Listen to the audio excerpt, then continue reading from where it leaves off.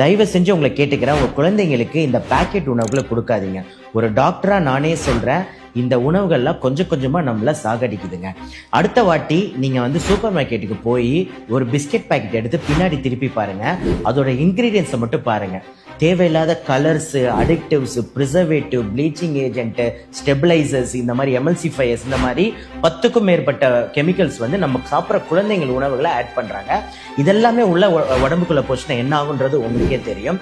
அது மட்டும் இல்லாமல் இதில் அதிகமாக சர்க்கரை சேர்க்கறதுனால, அதிகமாக சர்க்கரை லெவல் இருக்கிறதுனால உங்கள் குழந்தைங்கள் சாப்பிட அதுக்கு அடிக்ட் ஆகுறாங்க. அதனால் நம்மளுடைய சாப்பாடு, சாம்பார் சாதத்தையோ ரச சாதத்தையோ அவங்க வாய்க்கு டேஸ்ட்டே இல்லாமல் இருக்கும். ஸோ அது மட்டும் இல்லாமல் உங்கள் குழந்தைங்களுக்கு ஹைப்பர் ஆக்டிவிட்டி ஆகுதுன்றாங்க. இந்த மாதிரியான சைடு எஃபெக்ட்ஸ் என்ன பண்ணுதுன்னா, இந்த கெமிக்கல்னால குழந்தைகள் ரொம்ப துருத்துருன்னு இருக்கிறதுக்கு ஒன் ஆஃப் த ரீசனும் இந்த கெமிக்கல்ஸுங்க. ஸோ இந்த ரீலை உங்களுக்கு தெரிஞ்ச பேரண்ட்ஸுக்கு ஷேர் பண்ணுங்க. இதை ஒரு அவேர்னஸாக நம்ம எல்லாருமே கிரியேட் பண்ணணும். ஸோ அவாய்ட் ப்ராசஸ்டு பேக்கேஜ் உணவுகள்.